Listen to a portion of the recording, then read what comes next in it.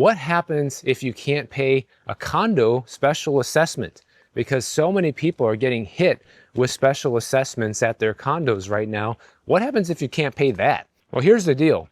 All unit owners at condos are required to pay the special assessments, and when you purchase your condo, you agree to follow your association's rules and bylaws, which includes contributing to the shared expenses, hence the special assessment. And if someone is unable to pay, the consequences can be quite severe. Now, just like people who can't pay the rent, it is suggested that you reach out to your board of directors or property manager, whoever's in charge of collecting the special assessments, and let them know that you're having some tough times financially, and they might be able to work with you or come up with a payment plan. Now, that's not a guarantee, but at least it might be an option. And in most cases, like in Miami, for example, at all of the condos I've seen, whenever they come up with a big special assessment, the board usually secures some sort of financing option for people that cannot afford to pay it in one lump sum.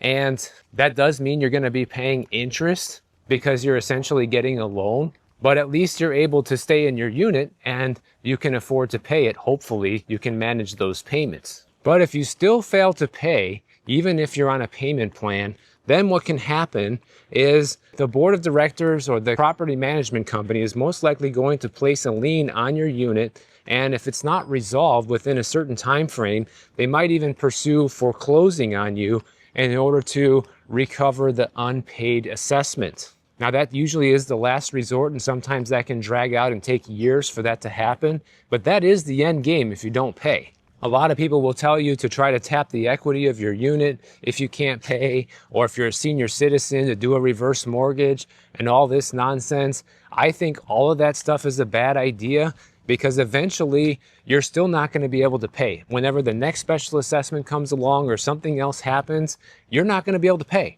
And then you won't even have those options anymore. So what do you do next, right? My suggestion is, if you're in a situation where you get hit with a large assessment that you can't pay, even on a payment plan, you have to sell, guys. It really is the only logical solution. You should just sell and save yourself the hassle of having to come up with the money. Sell, take whatever profit you can after selling, and move into something more affordable. And if there is nothing more affordable, wherever you're living now is already the most affordable place you could possibly find, well, then it's time to probably move in with a roommate or friends or family members, somebody else that can take you in. Unfortunately, that's where this ends. And in such a tough economy like today, that's going to be your best bet rather than trying to barely keep your head above water in a place you can't really afford.